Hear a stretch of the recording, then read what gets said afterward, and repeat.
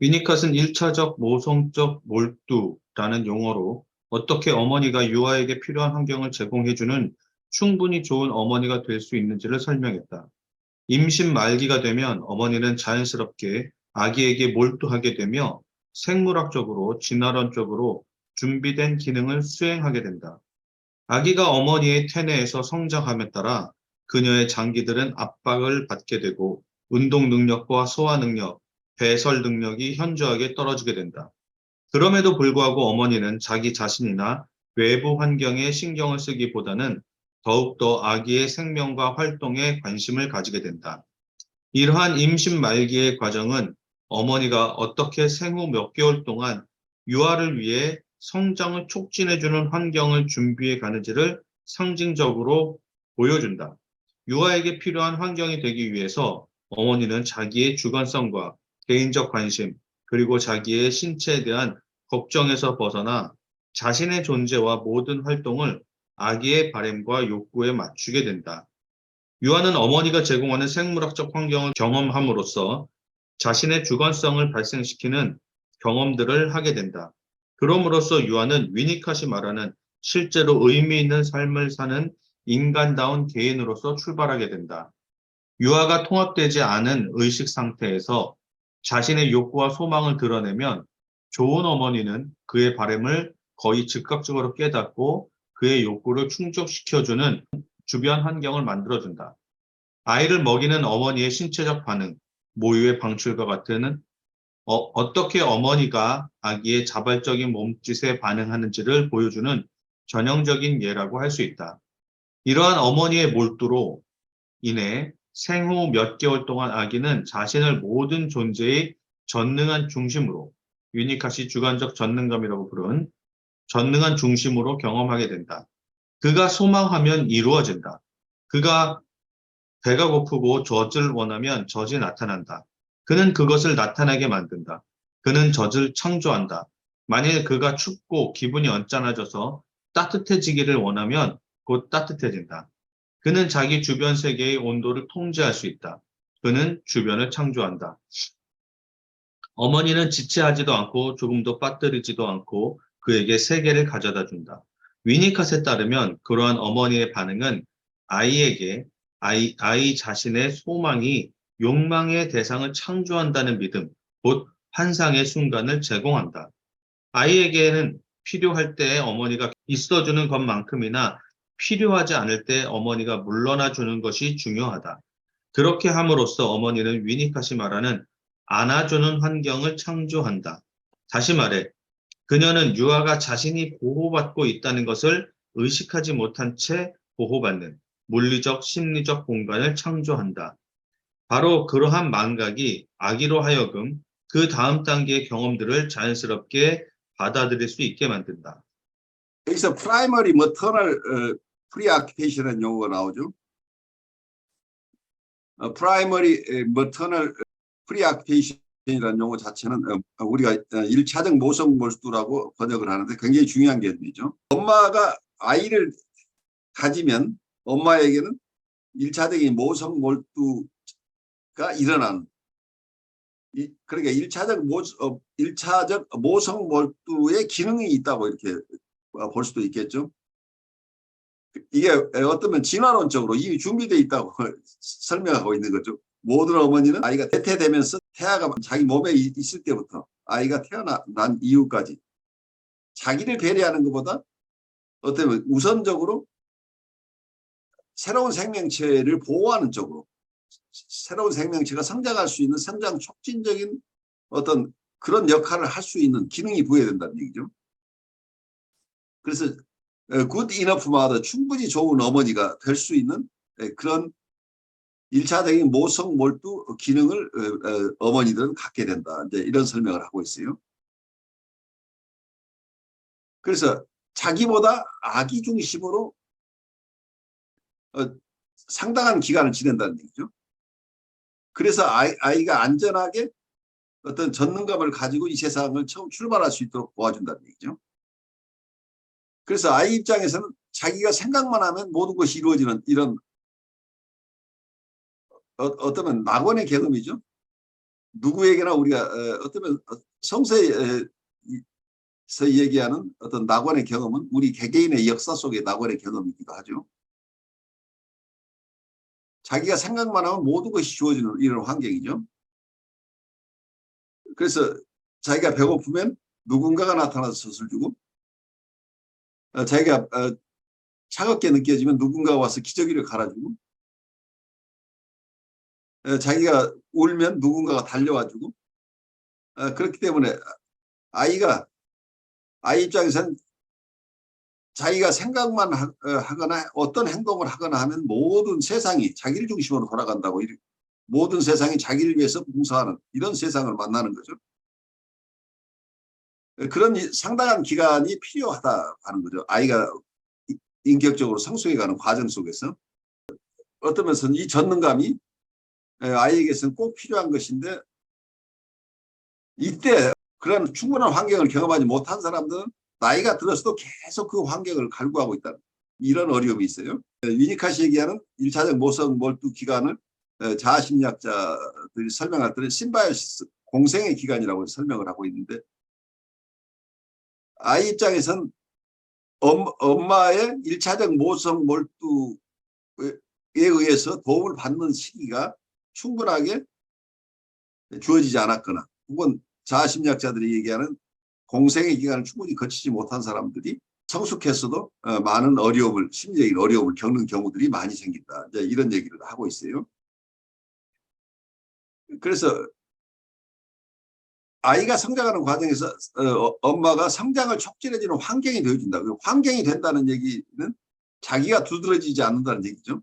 인바이러먼트라는 얘기는 엄마가 엄마 뜻대로 아이를 키우는 게 아니라 아기가 필요한 대로 아기의 필요에 따라서 쫓아간다는 얘기예요.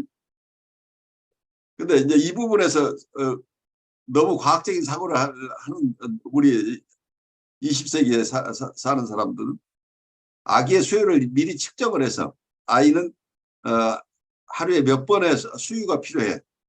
그래서 4시간 간격으로 젖을 먹이는, 아니면 우유를 주는 게 좋겠어. 그래서 과학적으로 이렇게 관리를 하고 하루에 몇 번 기저귀를 갈아줘야 돼. 시간 돼서 갈아주고, 이런 식으로 구체적인 아이의 필요 가지고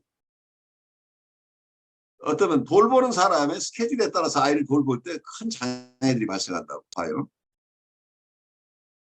시설에 있는 아이들을 아주 과학적으로, 체계적으로 너스들이 이렇게 잘 돌봤는데 그 시설에 있던 많은 아이들이 죽어나갔다는 이런 사례들이 나와요. 그래서 사람은 빵으로만 사는 게 아니고 사랑에 의해서만 성장이 된다고 하는 거 입증된 사례들이 나와요. 그러니까 엄마의 품이 필요하다는 게, 실제로 정서적으로 교감해주고 아이를 바라봐주고, 아이를 바라봐주고 품에 안고 안아주면서 아이를 중심으로 아이의 성장을 도와주는 이런 엄마의 역할, 그게 꼭 피지컬한 엄마일 필요는 없어요. 누가 됐건 아이의 성장을 도와주는 분은 아이의 성장을 도와주는 환경으로서 기능을 해야 되는데, 이때 아주 초기의 환경은 독립적인 대상으로서의 환경이 아니고 아이와가 하나가 돼 있는 환경이에요. 여기서 임상적으로 굉장히 중요한 관점이 나오는 거죠. 상담자 중심의 상담이냐, 내담자 중심의 상담이냐가 여기서 어떤 아이의 성장 과정과 맞물려서 우리가 이해를 해야 되는 거예요. 요즘 엄마 같으면 인터넷상에서 공유되는 어떤 정보에 의해서 아이의 수유 스케줄은 몇 시간을 하는 게 좋아라고 엄마가 어떤 그걸 한번 결정한 어떤 방식대로만 아이를 키울 것인가, 매번 아이와의 교감 속에서 구체적인 아이의 니드를 파악하면서 아이의 정서에 맞춰서 아이를 돌볼 것인가 하는 어려움들이 생기죠. 어떤 제너레이션마다 양육 방법에 대한 어떤 그런 이론들이 달라져요. 근데 그걸 맹목적으로 그 양육 방법을 따라가다 보면 구체적인 아이들의 필요를 우리가 놓칠 가능성이 있는데, 그 지점이 조금 더 우리가 세심하게 봐야 될 부분이 아닌가 싶어요. 그 과학적인 얘기는 평균적인 얘기인데, 내 아이는 그 과학적인 연구의 대상이 아니고 실제 지금 성장이 필요해서 나의 나와의 정서적인 교류가 필요한 아이라는 것을 우리가 잊어버리면 안 된다는 거죠. 많은 아이들이 이런 방식으로 잘한다는 가지고는 안 된다는 거죠.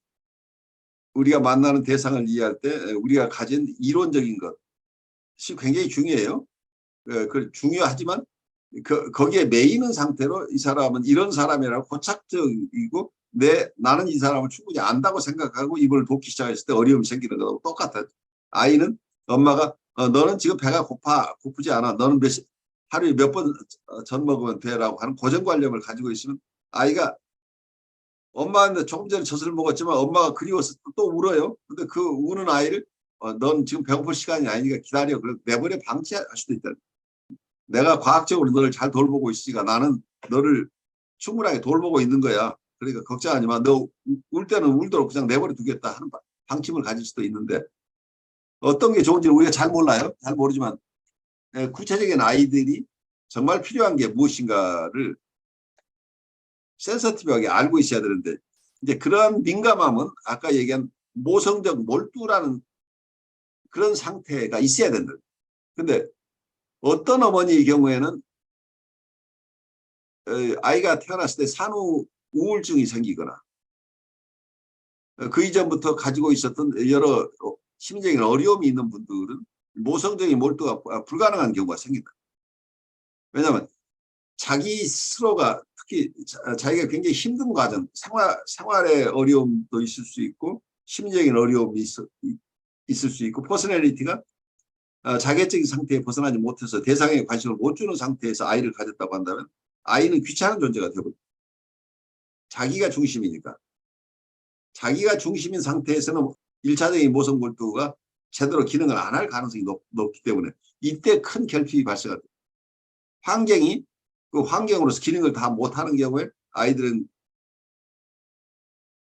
건강하지 뭐라고 할까요? 적정하지 않은 환경에 거기에 어저스트먼트가 있는 거기에 적응해야 되기 때문에 적정하지 않은 환경에 적응한다고 하는 것은 비적응이죠. 적응이 잘못된 거죠. 잘못 적응된 거죠. 그래서 일상적인 발달 과정을 일탈할 가능성이 있다. 이 환경이 적절하지 못했을 때 그 적절하지 않은 환경에서 살아남기 위한 몸부림이 여러 방어 형태나 어떤 성격 패턴으로 나오게 되는데 그렇게 되면 아이 입장에서는 적정하게 자라야 될 이 어떤 성숙 과정에서 벗어나서 잘못된 적응, 성장에 방해되는 방향으로 여러 행동 유형이 발생하거나 사고 형태가 발생하거나 이런 어려움을 겪게 되는 거죠. 그래서 굉장히 방어적인 삶을 아이가 살기 시작한다. 성장 위주의 삶이 아니라 방어 중심의 삶이 형성될 가능성이 있는데 이때 이게 심해지면 거짓자기 병리가 생겨난다. 1차적 모성 몰두가 가능한 이런 대상으로부터 보호를 받으면서 자기가 트루 셀프가 발현할 수 있도록 자기의 참자기를 살아낼 수 있는 환경이면 좋은데 그런 환경이 되지 못한다면 아이는 거짓자기를 발달시킬 수밖에 없다. 이게 아주 심해지면 거짓자기 병리가 된다. 이제 이런 어떤 논리를 여기서 위니카시 전개하고 있는 것이죠. 그래서 아이들의 전능환상이라는 것은 어른들이 그 얘기 듣고 이 엉뚱한 소리 하지 말라고 야단만 칠 게 아니고 그 시기에는 필요한 전능환상이라는 것도 우리가 이해를 해야 되는데 그 시기들을 아이들이 잘 지날 수 있도록 그래서 어떤 낙원의 기간이 아이들에게 필요한데 그 낙원을 우리가 부모들이 제공해야 되는데 부모들의 어떤 인식 부족으로 처음부터 아이를 뭐라고 할까요? 합리적인 세상, 이성적인 세상 속으로 너무 빨리 현실 속에 살아내도록 아이들의 판타지 속에 살아야 될 기간, 아이들의 판타지가 활성화되고 그 속에서는 자기가 주인공이고 모든 것이 자기 원하는 대로 되는 이 시기들을 아이들이 상당한 기간 거쳐야 될 필요가 있는데 너무 빨리 애를 꿈에서 깨어나도록 해서 현실 감각을 익히도록 처음부터 일찍 주산학을 보내거나 한자 공부를 시키거나 어려운 예능 공부를 너무 빨리 시작해서 아이 입장에서는 아직 이런 전능환상이라고 할까요? 어떤 판타지 속에서 충분하게 자기중심의 삶을 누리는 그 시기들이 필요함에도 불구하고 너무 빨리 박탈됐을 때 그걸 박탈하는 환경에 맞추어서 자기 자아가 형성될 수밖에 없는 이런 어려운 상황에 빠지게 되면 심한 경우에는 여기서 얘기하는 거짓자 장애가 발생한다. 이렇게 보는 거죠.